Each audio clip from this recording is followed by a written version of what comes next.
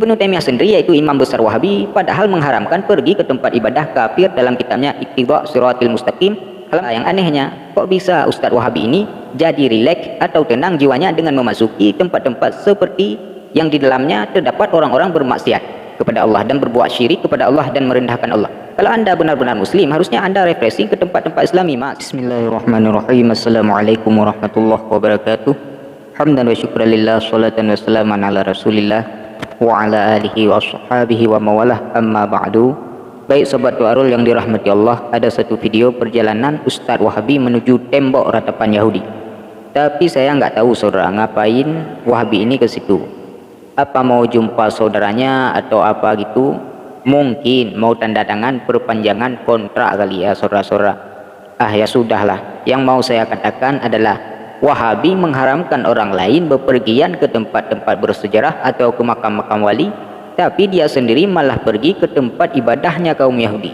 Memang aneh Wahabi ini. Baik, kita simak dulu videonya. Jadi akhirnya kita sampai ke tembok ratapan, di mana kita melihat bagian tembok ini yang sering kita melihat orang Yahudi meratap di sini. Jadi yang disebut dengan tembok ratapan, jemaah, kita melihat kalau kita melihat topinya orang Yahudi macam-macam. Tadi disebutkan ada Yahudi dari Rusia. Bagian tabi'in, pada waktu itu mereka hendak pergi ke sebuah gunung, ke sebuah tempat. Iya, tempat itu tempat bersejarah. Kemudian salah seorang dari sahabat mengatakan, dilarang mereka. Tidakkah kalian mendengar Nabi SAW mengatakan, jangan kalian melakukan perjalanan yang panjang kecuali di beberapa masjid? 3 masjid ini. Sahabat, masjid yang tempat ibadah saja tidak boleh seseorang melakukan perjalanan yang panjang, apalagi yang bukan masjid. Dengerin tuh apa kata kawanmu sendiri. Nggak boleh bepergian jauh selain 3 masjid, oke? Ke tempat bersejarah bagi kaum muslimin aja kagak boleh pergi, apalagi ke tempat sejarah dan tempat ibadahnya kaum Yahudi. Ya jelas-jelas lebih nggak boleh lah mas. Yang perlu dicatat, admin di sini mengkonter Wahabi dengan kaedah atau cara berpikir mereka sendiri. Baik sobat Warul yang dimuliakan Allah, Syafiq Basalamah di sini sengaja musafir ke tembok ratapan Yahudi, saudara-saudara. Berarti dia sudah melakukan 2 kesalahan. Yang pertama adalah bepergian jauh, yang kedua adalah masuk ke tempat ibadahnya kaum kafir.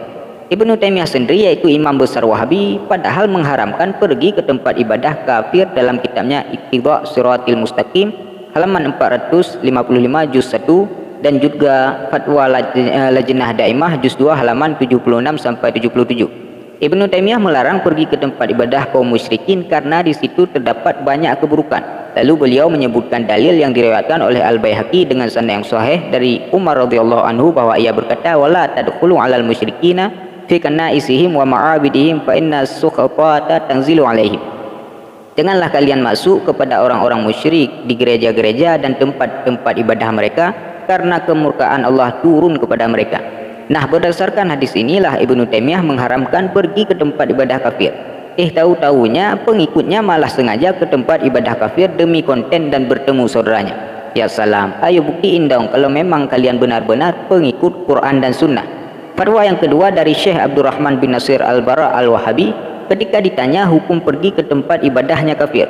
Ulama Wahabi ini menjawab hukumnya haram pergi ke tempat peribadatan orang kafir. Tidak dibenarkan karena di dalamnya terdapat praktek kesyirikan, baik perkataan, perbuatan dan simbol-simbol seperti gambar-gambar syirik dan juga patung berhala.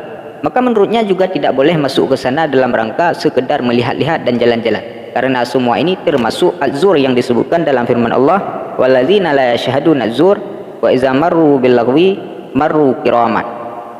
Hamba yang sejati adalah orang-orang yang tidak menyaksikan az-zur. Jika mereka menemuinya, mereka melewatinya dengan wibawa dan kemuliaan.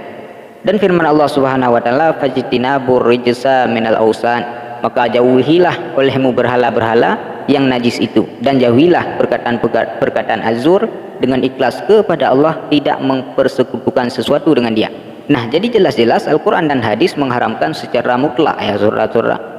Jika kita berpegang dengan kaedah-kaedah Wahabi, salah-salah bisa murtad orang yang pergi ke tempat ibadah kafir.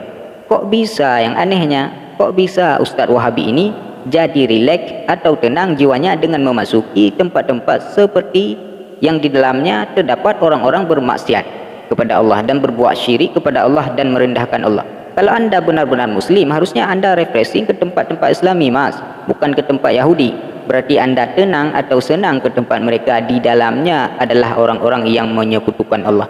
Berarti sama aja dong kalian mendukung kesesatan mereka.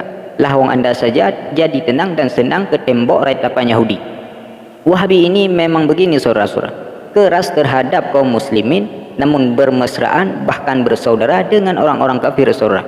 Maka sebenarnya keislaman mereka sangat diragukan. Wallahu a'lam bishawab. Assalamualaikum warahmatullahi wabarakatuh.